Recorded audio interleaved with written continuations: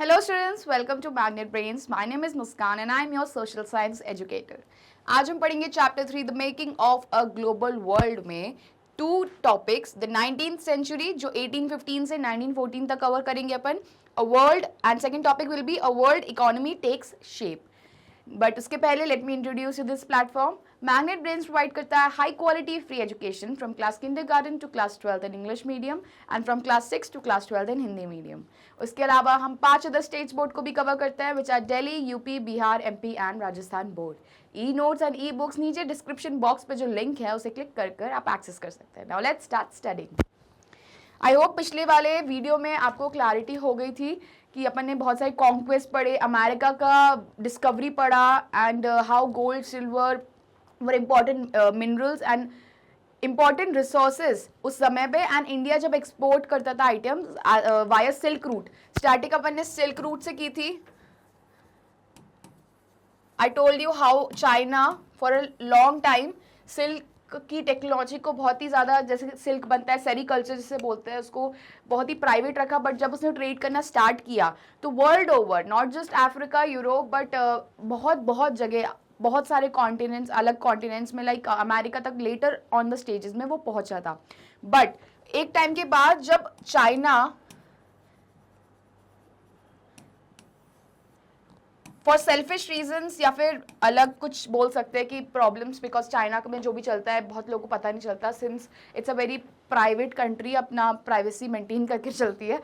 तो चाइना में जब उन्होंने इनक्लोज कर दी अपनी इकोनॉमी कि सिल्क रूट में भी इतना एंगेज नहीं हो रहे थे, बंद कर दिया था ट्रेड करना बाहर के कंट्रीज से, तो तब अमेरिका का जब डिस्कवरी हुआ बाय क्रिस्टोफर कोलंबस, मैंने पूरे डायग्राम से बताया था कि Christopher Columbus how he discovered, he wanted to discover India but he led on discovering Caribbean islands जो North America and South America का वो बीच वाला पार्ट है ना, उसमें कैरिबियन आइलैंड्स आते हैं. उसको मैंने डायग्राम से भी पूरा समझाया था. एंड हाउ पिछले वीडियो में जब अमेरिका को वी वर एड्रेसिंग, तो how America consist of not just south north but Caribbean islands also. मतलब कि मैंने पूरे डायग्राम से आपको समझा के बताया था कि आज ही वाली वीडियो में भी when we will be discussing America, तो these are Caribbean islands, this is North America. World map पे देखना, दिस इज साउथ अमेरिका. ठीक है, अमेरिका को लोकेट करना. तो when we were discussing and addressing America, we were referring this whole zone, ना कि सिर्फ नॉर्थ अमेरिका. जैसे यूएसए को बोलते हैं ना यूनाइटेड स्टेट्स ऑफ अमेरिका, बाकी डिफरेंट कंट्रीज जैसे ब्राजील यहाँ पे आ गई, कनाडा यहाँ पे आ गई, उसको अपन अमेरिका थोड़ी ना बोलते हैं. बट कॉन्टिनेंट कौन सा है? North and south. But north and south को क्लब करके अलॉन्ग विथ कैरिबियन आइलैंड्स, यहाँ पे कैरिबियन आइलैंड्स है, क्लब करके we were addressing it as America. And how America played an important role in changing the world economy. Now today we'll start with the 19th century, how 19th century changed and influenced the making of the global world, जो chapter का नाम है. Now let's start. The world changed profoundly in the 19th century. How? Economic, political, social and cultural and technological factors interacted in complex ways to transform societies and reshape external relations. बहुत ही self explanatory है ये sentence कि world 19th century में change हुआ. And ये आपका long answer type and short answer type का starting statement भी हो सकता है, क्योंकि सीबीएसई की एक फोन आदत है कि वो जो बुक में मेंशन्ड है उसी लाइन को उठा के आपके सामने रख देगी एंड वही जो कॉन्टेक्स्ट मेंशन है उसके नीचे वाले पॉइंट्स आपको लिखना है. तो वो स्टार्टिंग हेडिंग आपको दे देगी. इंट्रोडक्टरी लाइन जो होती है ना हर टॉपिक की, वो इंपॉर्टेंट होती है. सो क्वेश्चन नंबर 1 ऐसे मार्क कर देना क्वेश्चन कि the world change profoundly in the 19th century and उसके आगे लगा देना हाउ. अब मैंने इंट्रोडक्शन तो बता ही दिया आपका कि the world change profoundly in 19th century and economic, political, social, cultural and technological factors. अपन डिटेल में पढ़ेंगे वो सब, बट ये आपके पॉइंटर्स हो गए. अगर ऐसा कोई क्वेश्चन आ जाता है तो आपको बस इकोनॉमिक के 2 पॉइंट्स बताना है, कैसे इकोनॉमिक के टर्म्स में 19th सेंचुरी में चेंज हुआ है. अपन पढ़ेंगे आगे, बट मैं जस्ट बता रही हूँ आपको कि बॉडी कैसी होनी चाहिए. पॉलिटिकल के सेंस में कैसे चेंज हुई, सोशल के सेंस में कैसे चेंज हुई, कल्चरल सेंस में कैसे चेंज हुई एंड टेक्नोलॉजिकल सेंस में कैसे चेंज हुई. ठीक है. सो इंट्रोडक्शन को कभी मिस मत करना एंड लाइटली मत लेना. Economist identify 3 types of movement or flows within the international economic exchanges. The first is the flow of trade, which in the 19th century referred largely to trade in goods. अपन आगे देखेंगे referred largely to trade in goods कि how trade in goods accommodated most of the export and import items among the countries 19th century में. तब services इतना export import नहीं हो रही थी, गुड्स वो द मेड आइटम जो एक्सपोर्ट हो रहे थे. एंड ट्रेड इकोनॉमिक का एक पॉइंट मिल गया अपन को कि इकोनॉमिक सेंस में हाउ 19th सेंचुरी में the world was changing. First was trade, यहाँ पे मार्क कर देना, ठीक है. Now let's see next slide. The second book NCERT खुद ही आपको मेंशन कर रही है सारे पॉइंट्स कि देखो this is the second point, 2.2 डाल देना इधर, ठीक. पहला वाला 2.1 क्या था, ट्रेड था. 2.2 देखते हैं, द फ्लो ऑफ लेबर. पहले था फ्लो ऑफ गुड्स 2.1, 2.2 हो गया. मैं एक काम करती हूँ यहाँ पे लिख देती हूँ पूरा, आपको मेंशन ही करवा देती हूँ.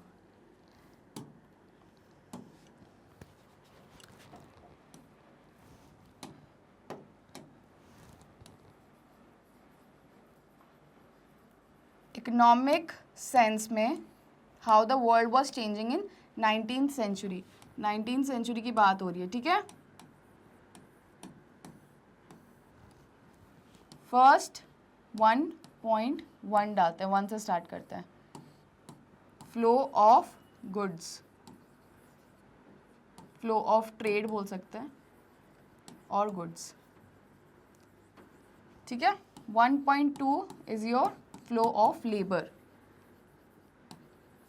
अगर कुछ भी समझना है ना तो ये पॉइंटर्स याद करके चले जाना. इसको इलैबोरेट तो आप कर ही लोगे, ठीक है, एग्जामिनेशन हॉल में. Now the second is the flow of labour. अब कैसे flow of labour, the migration of people in search of employment. The third is the movement of capital. Third भी मिल गया 1.3. सो एम्प्लॉयमेंट एज यू नो कि 19th century से world का population explosion zone में आ गया था कि अब वर्ल्ड का population will be increasing at the exponential rate. तो देयरफॉर अब क्या, जॉब्स कम हो रही हैं, तो people in the search of employment और द लेबर्स वो in the search of employment were migrating from one country to another. क्योंकि अब शिप्स, रेलवेज, ये सब भी डेवलप हो रही हैं चीज़ें, क्योंकि टेक्नोलॉजिकल एडवांसमेंट भी आएगा, मैंने बताया था आपको, बट वाटरवेज के थ्रू डेवलप हो रही थी चीज़ें.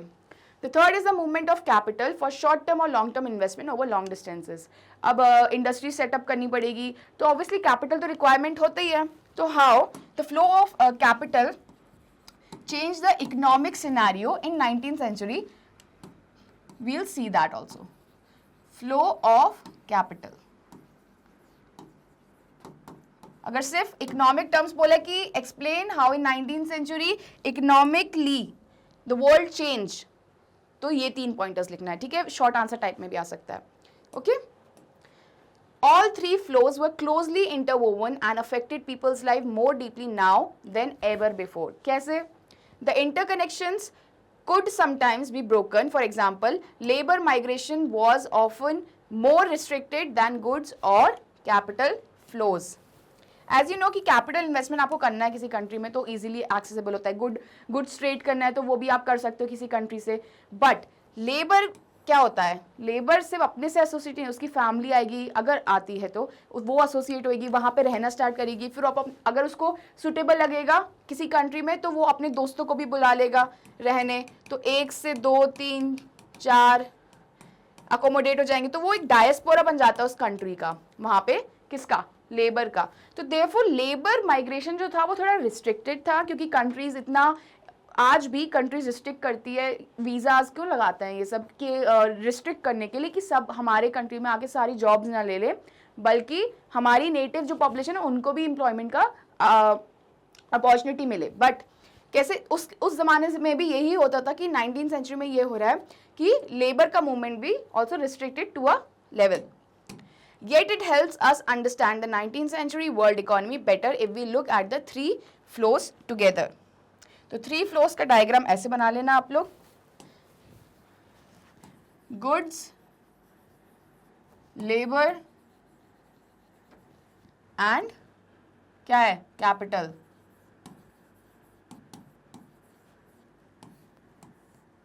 सो this is the triangle showing economic sense में 19th सेंचुरी में क्या क्या चेंजेस आए. Okay, moving to next slide. Slide here now. A good place to start is the changing pattern of food production and consumption in industrial Europe. Traditionally, countries liked to be self-sufficient in food.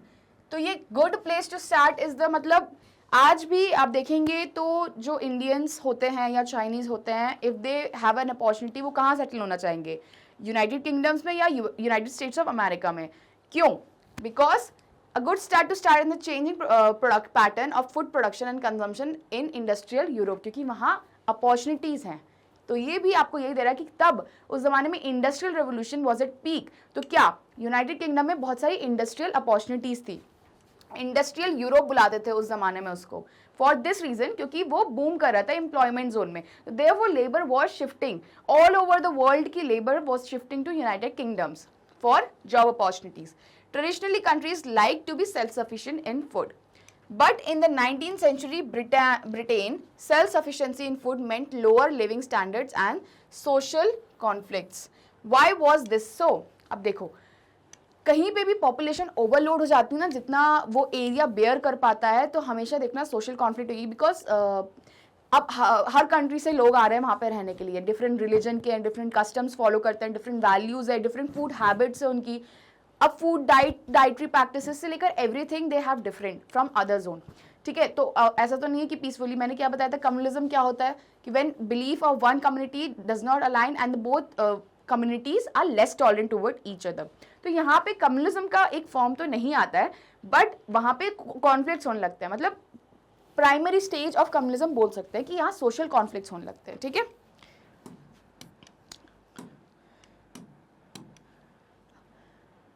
now population growth from the late 18th century had increased the demand for food. कैसे मैंने बताया, population explosion हो गया था. एक population graph होता है world का आपको डिनोट करने के लिए. यहाँ पे high birth rate, high death rate होता है. फिर यहाँ पे क्या होता है, डेथ रेट कम हो जाता है, बर्थ रेट बहुत ज़्यादा इंक्रीज हो जाता है किसी भी कंट्री का. यहाँ पे स्टेबल पॉपुलेशन होती है. तो इस जोन को क्या बोलते हैं, पॉपुलेशन एक्सप्लोजन. मतलब यहाँ पे काफ़ी इंक्रीज हो जाता है पॉपुलेशन में. तो 19th century was a period जहाँ पे पॉपुलेशन एक्सप्लोजन चल रहा था. तो ये वाला डायग्राम अगर आप बनाना चाहें तो draw this diagram. The examiner will be impressed that you know. वैसे तो इसको माल्थुसियन थ्योरी बोलते हैं, demographic theory of Malthusian, but उतना जानने की जरूरत नहीं है. But this is a diagram showing how high birth rate and high death rate are transform to low birth rate and low death rate. यहाँ पे कम लोग मर रहे हैं, कम लोग बॉर्न हो रहे हैं, क्योंकि पॉपुलेशन क्या है, एजुकेटेड है, they know the terms of family planning, they are using contraceptives. But इधर they are no, there is less availability of contraceptives plus family planning नहीं होती है. बट यहाँ पे ड्यू टू साइंस का development, technological development, death rate कम हो जाती है एंड बर्थ रेट ज़्यादा हो जाती है. देयरफॉर पॉपुलेशन एक्सप्लोजन इस जोन में होता है. ठीक है, population growth from the late 18th century had increased the demand for food grains in Britain. अब जैसे population explosion होता है जिस country में, तो food तो चाहिए भाई, क्योंकि क्या क्या बोलते हैं, air बोलते हैं ना कि air, house and food is the three most important requirement of a person. As urban centers expanded and industry grew, the demand for agricultural products went up, pushing up food grain prices. अब food grain prices increase हो गई क्योंकि देखो population explosion हो रही है, but agriculture उसी level पे, अभी एग्रीकल्चर उतना नहीं हो रहा है. तो क्या होएगा, सिंपली डिमांड एंड सप्लाई का कॉन्सेप्ट लगेगा कि एग्रीकल्चर प्राइजेस जब उतने ही प्रोडक्ट्स में फार्मर्स को ज़्यादा डिमांड में सर्व करना है, तो they'll increase the agricultural prices to equalize this. तो जो लोग अफोर्ड कर पाएंगे क्या, एग्रीकल्चरल प्रोडक्ट्स, तो वो बाय कर पाएंगे, बट जो लोग नहीं कर पाएंगे उनका क्या होएगा, तो देखते हैं। Under pressure from landed groups, the government also restricted the import of corn. The laws allowing the government to do this were commonly known as the corn laws. अब प्रेशर में आके from the landed groups the government क्या करती है, restrict कर देती है क्या, the import of corn.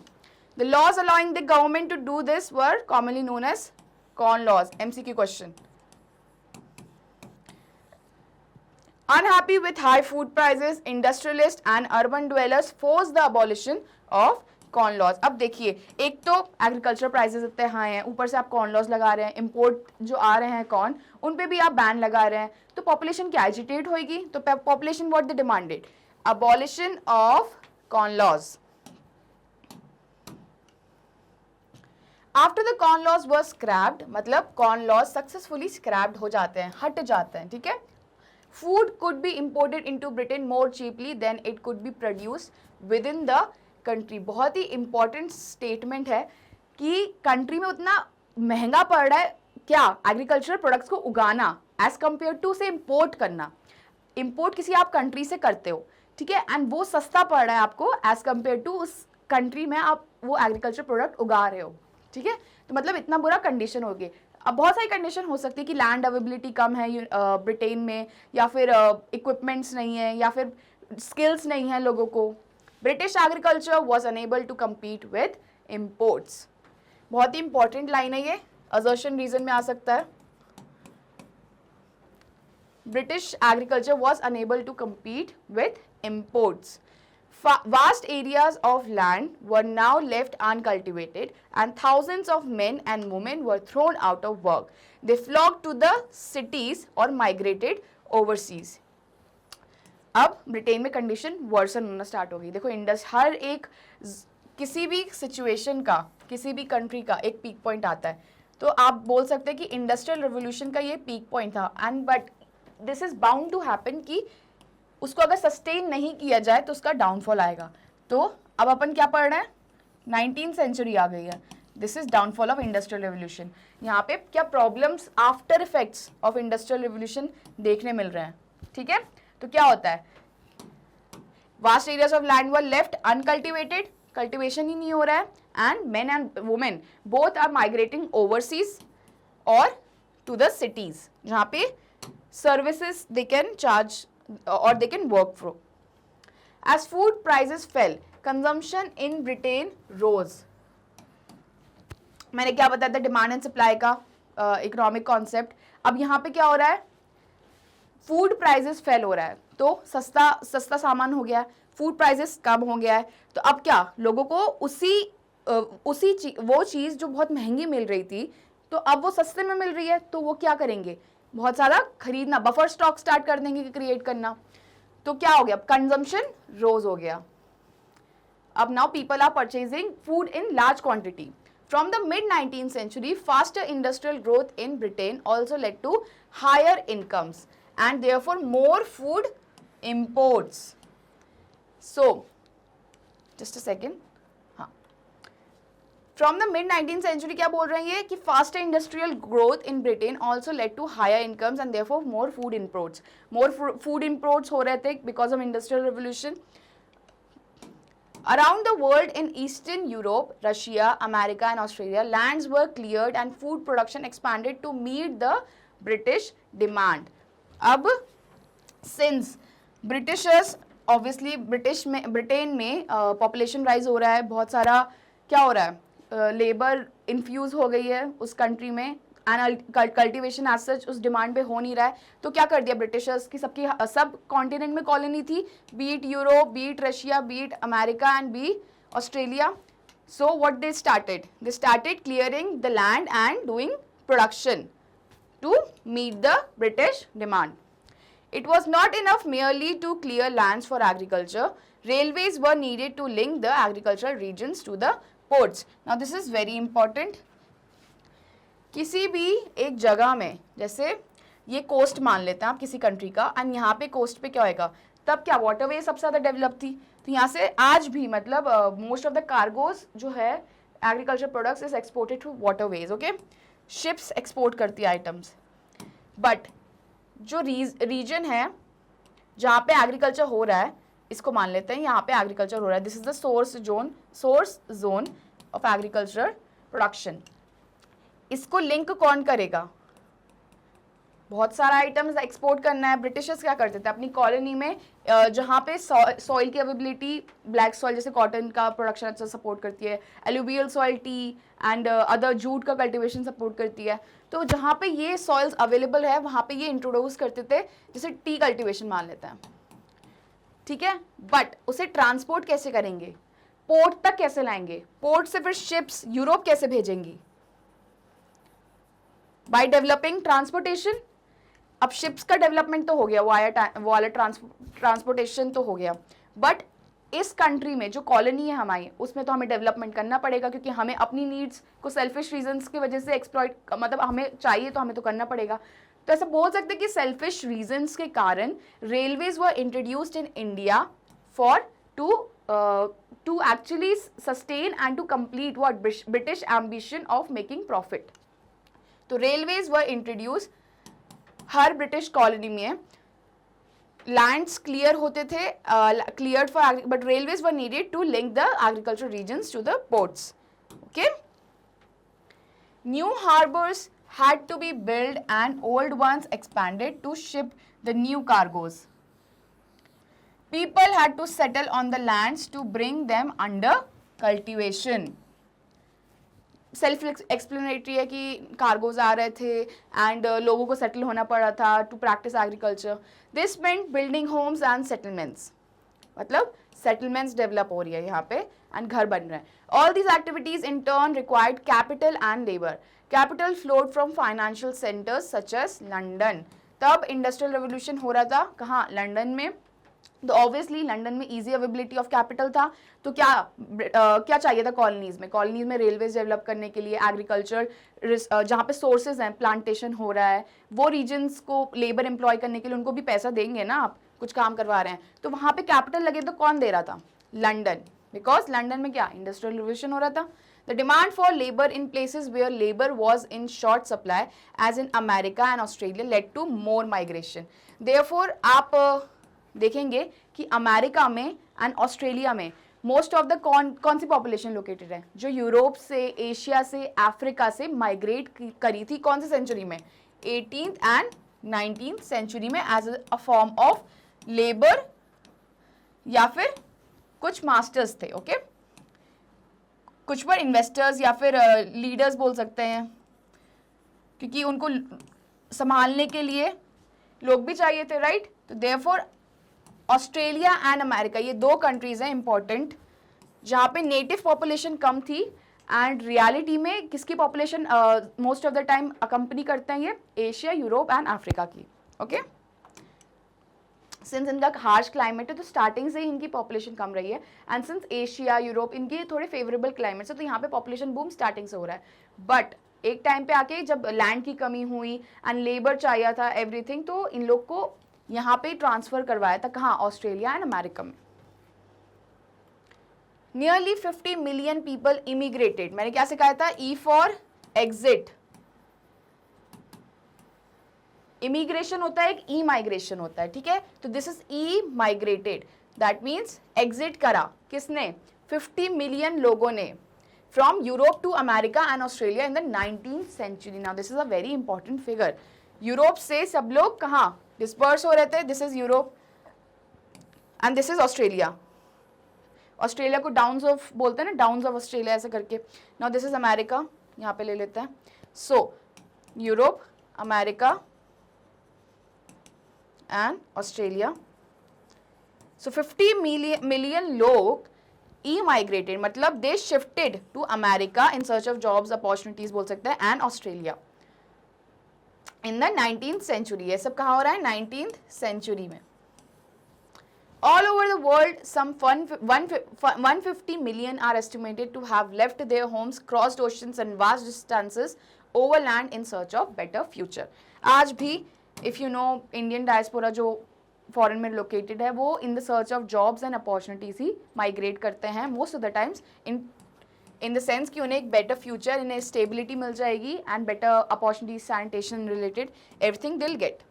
Now the picture, Irish immigrants waiting to board the ship by Michael Fitzgerald. Okay, I don't know, it's a very difficult word to pronounce. हाँ, तो these are Irish. Ireland कहाँ है? Irish किसको बोलते हैं? जो Ireland से belong करते हैं. आयरलैंड कहाँ है? मैंने आपको ब्रिटेन समझाया था. This is United kingdom and this is उसका छोटे से बगल से आइलैंड लगा हुआ है छोटा सा. This is Ireland. ठीक है, तो आयरलैंड से लोग इमाइग्रेट हो रहे हैं कहाँ? Australia and America. दो कंट्रीज पढ़ी अपन ने. Thus, by 1890, a global agricultural economy had taken shape, accompanied by complex changes in labor movement patterns, capital flows, ecologies, and technology. तो ऑब्वियसली अब सेल्फ एक्सप्लेनेटरी है. जब माइग्रेशन होगा तो 1890 में ग्लोबल एग्रीकल्चर इकोनॉमी डेवलप होगी, बिकॉज तब के ज़माने में agriculture was the main source of income. ठीक है, food no longer came from a nearby village और town but from thousands of miles away. क्यों? अमेरिका एंड ऑस्ट्रेलिया का रीजन मैंने क्या बताया था सेटल होने का? लेबर, क्योंकि वहाँ पे लेबर चाहिए थी, वहाँ पे लैंड की अवेलेबिलिटी थी एंड वहाँ इजी एक्सेस टू एग्रीकल्चर हो सकता था. एंड सिंस यूनाइटेड किंगडम जहाँ पे मतलब लंदन में इंडस्ट्रियल रेवोल्यूशन स्टार्ट हुआ, वहाँ पे क्या एक तो प्रोडक्शन नहीं हो पा रहा था, वहाँ पे बहुत सारे प्रॉब्लम्स होता है, सोशल कॉन्फ्लिक्ट्स, कॉर्न लॉज लगा दिए गए थे कि इंपोर्ट नहीं किए जाएंगे आइटम्स, दो वो इरेडिकेट हो गए एवरीथिंग. बट वहाँ पे क्या था? वहाँ पे जितना प्रोड्यूस आप कर सकते थे एग्रीकल्चर प्रोडक्शन, वो ज़्यादा महंगा पड़ रहा था एज कम्पेयर टू आप इम्पोर्ट कर रहे थे. तो therefore what did the Europeans did? They establish there plantations in America and Australia and वहाँ से इम्पोर्ट करवाते थे सारे प्रोडक्ट्स टू इंग्लैंड. ठीक है, इंग्लैंड, लंदन. ठीक है, it was not grown by a peasant tilling his own land, but by an agriculture worker, perhaps recently arrived, who was now working on a large farm that only a generation ago had most likely been a forest. Obviously, क्या natives रहते थे, तो natives तो forest को ही regard करते हैं. तो Australia and America में most of the time forest थे. अब उसको कट करके जो recent settled immigrant वहाँ पे आया है, कहाँ से? यूरोप से, in search of job and opportunity, तो उसने एग्रीकल्चर करना स्टार्ट किया. Now, it was transported by railway, built for that very purpose, and by ships which were increasingly manned in these decades by low-paid workers from Southern Europe, Asia, Africa, and the Caribbean. Self-explanatory. Some of this dramatic change, though on a smaller scale, occurred closer home in West Punjab. Some of this dramatic change, though on a smaller scale, occurred closer home in west Punjab. मतलब India में भी ये चीज़ देखने मिल रही थी, America and Australia में नहीं, waste Punjab में भी you can see people settling from Europe for the search of agriculture.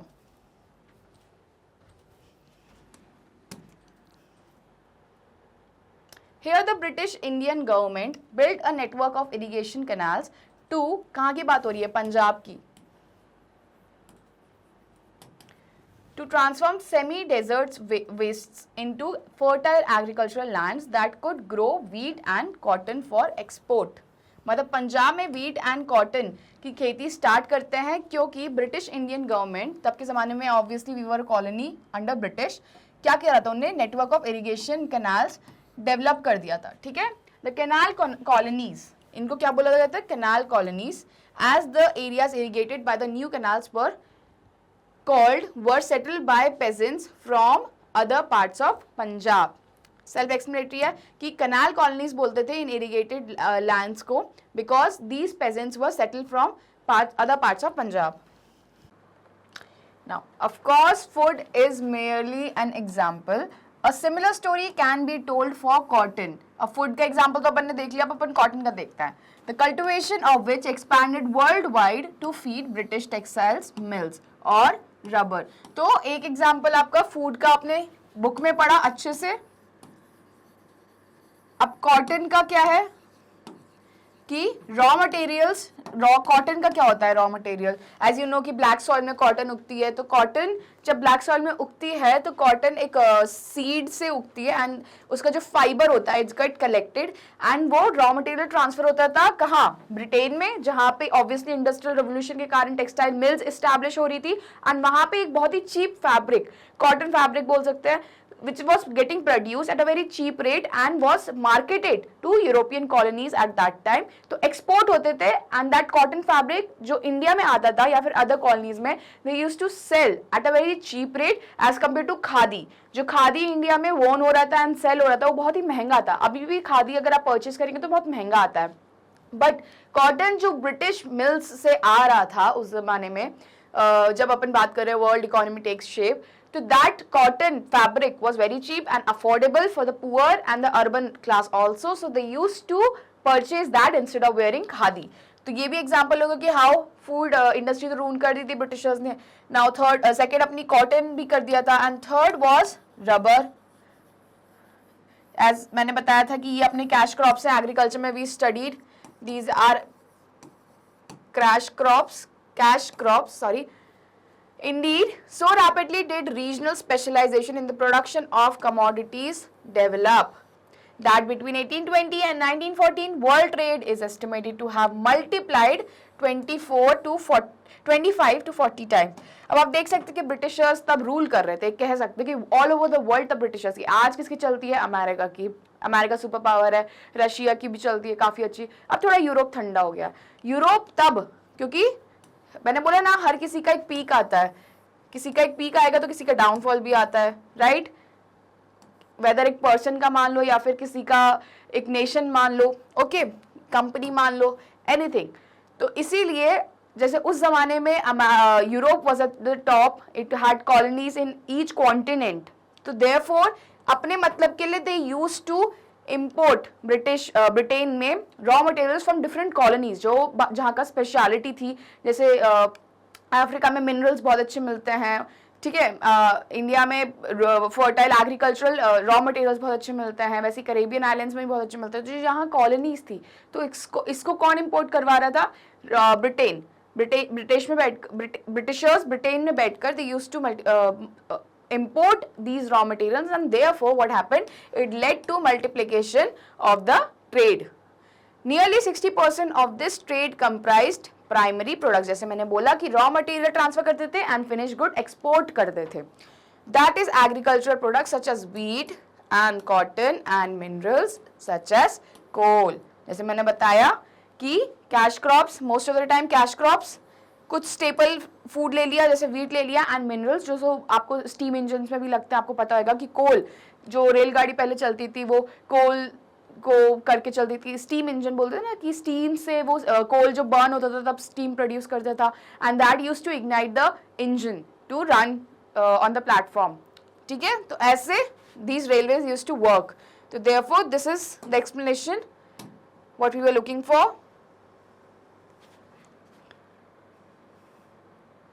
So, here we are to conclude our slide. Magnet Brains provide करता है high quality free education from class kindergarten to class 12th in English and in Hindi medium both.